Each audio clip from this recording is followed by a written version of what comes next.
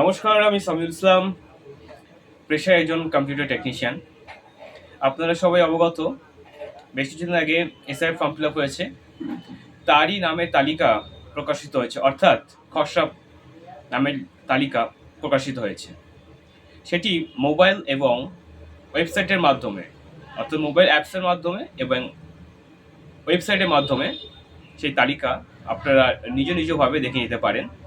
তো মোবাইলের মাধ্যমে, মোবাইল অ্যাপসের মাধ্যমে কিভাবে আপনারা আপনাদের নিজের নামের তালিকা এবং আপনার পরিবারের তালিকা দেখতে পারেন, তার একটি ছোট্ট ভিডিও।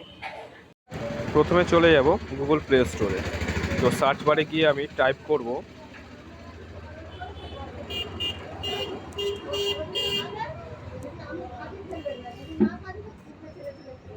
Google play store. সেখান থেকে আমি সার্চ করব ECINET।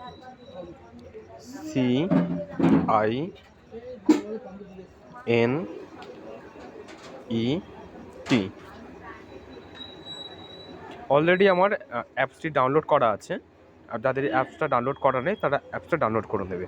তো আমি ডিরেক্টলি চলে যাচ্ছি ওপেনে। সেখান থেকে কিছুক্ষণ ওয়েট করতে হবে। তারপরে আপনাদের কাছে একটা পপ আপ মেনু আসবে।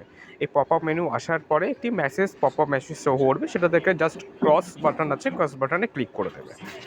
তারপরে দেখুন এখানে কিছু অপশান আছে। সেই অপশানের মধ্যে দিয়ে আমি ইন ডিটেলস যাচ্ছি না, যেটা আমাদের কাজে সেটাতে যাচ্ছি। সেটা হচ্ছে দেখুন, search your name in voter list. সেই অপশানে আমরা ক্লিক করব। সেখানে ক্লিক করলাম।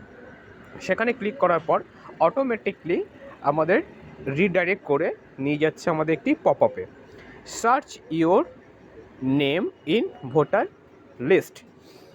ভোটার লিস্টে নেমে সেখানে দেখুন search your voter name in list. সেখানে আমাদের একটি নামের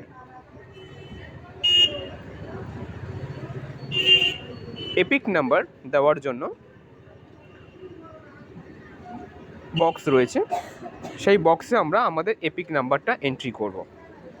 এপিক নাম্বারটা এন্ট্রি করার পর আমরা জাস্ট এপিক নাম্বারে, যা ভোটার আইডি কার্ডে আমাদের যাদের ভোটার আইডি কার্ড আছে, প্রত্যেকেরই ভোটার আইডি কার্ড আছে, ভোটার আইডি কার্ডের এপিক নাম্বার একটা নাম্বার আছে, সেই নাম্বারটা আমরা এখানে ইনপুট করব। নাম্বারটা ইনপুট করার পরে জাস্ট আমরা সার্চ বাটনে ক্লিক করব। সার্চ বাটনে ক্লিক করার পরে সেখানে শো হয়ে যাবে আমাদের যে ভোটার তালিকার যে নাম, যে আমরা যা নূতন যে ফর্ম ফিল আপ করেছি সেই ফর্ম ফিল আপের নাম সেখানে ঠিকঠাক আছে কি না, এবং সেই নামটা ঠিকঠাকভাবে আপনারা বানান এবং আপনাদের ডেট অফ বার্থ এবং আপনাদের অ্যাড্রেস সেটাও পরিষ্কারভাবে আপনারা বানানগুলো ঠিকঠাকভাবে দেখে নেবেন।